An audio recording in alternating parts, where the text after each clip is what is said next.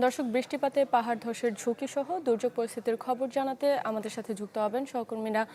বান্দরবান থেকে যুক্ত হবেন আমাদের সহকর্মী, এবং রাঙামাটি থেকে থাকছেন আরেকজন। শুরুতেই চলে যাব বান্দরবানে, সেখানে আছেন সহকর্মী ইয়াসিনুল হাকিম। ইয়াসিন, বান্দরবানের সার্বিক পরিস্থিতি জানাবেন। আসলে গত কয়েকদিন ধরে টানা বর্ষণের কারণে বান্দরবানের বিভিন্ন জায়গাগুলোতে আসলে পাহাড় ধসের ঘটনা ঘটেছে। বিশেষ করে আজকে বান্দরবানের যে রুমা বান্দরবান সড়ক বা রুমা বকালেক সড়কের বিভিন্ন জায়গায় পাহাড় ধসে পড়েছে, সেখানেও বেশ কিছুক্ষণ ধরে সড়ক যোগাযোগ বিচ্ছিন্ন ছিল। অন্যদিকে রংছড়ির সাথেও বান্দরবানের সড়ক যোগাযোগ বিচ্ছিন্ন ছিল পাহাড়ের মাটি ধসে এসে সড়কে পড়ার কারণে। তেমনি একটি আসলে বান্দরবানের সাথে তানচির যেই সড়ক যোগাযোগ, সেখানে যে নীলগিরি এবং নীলদিগান্তর যে পর্যটন স্পটের মাঝামাঝি স্থানে পাহাড় ধসে পড়ে পাহাড়ে যে পাথর এবং পাহাড়ের মাটি পড়ার কারণে বান্দরবানের সাথে এখনো পর্যন্ত সড়ক যোগাযোগ বিচ্ছিন্ন রয়েছে।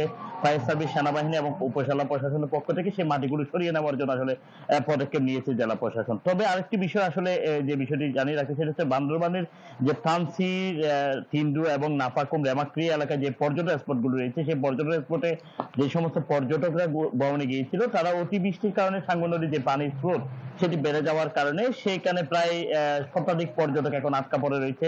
তাদেরকে এখন যেহেতু বৃষ্টির পানি এবং স্রোত বৃদ্ধি পেয়েছে এবং নৌ চলাচলের সতর্কতা জারি করা হয়েছে, সেক্ষেত্রে আমরা উপজেলা প্রশাসনের সাথে কথা বলেছিলাম। উপজেলা নির্বাহী কর্মকর্তা আমাদেরকে জানিয়েছে তানচির যে নাফাকুম, তিন্দু এবং যে রেমাক্রি পর্যটন স্পটে যে সমস্ত পর্যটক আটকা পড়েছে, তাদেরকে আসলে সতর্ক অবস্থায় থাকার পরামর্শ দেওয়া হয়েছে এবং নৌযান যেহেতু স্বাভাবিক নয়, এখন নৌ চলাচল অস্বাভাবিক, সেক্ষেত্রে তাদেরকে অপেক্ষমায় রাখা হয়েছে এবং উপজেলা প্রশাসনের বিভিন্ন নজরদারি তাদেরকে রেখেছে বলে জানিয়েছে। তবে পরিস্থিতি স্বাভাবিক হলে তাদেরকে সেই সমস্ত পর্যটকদেরকে উপজেলা সদর বা জেলা সদরে আনানোর ব্যবস্থা করা হবে বলে তারা জানিয়েছে।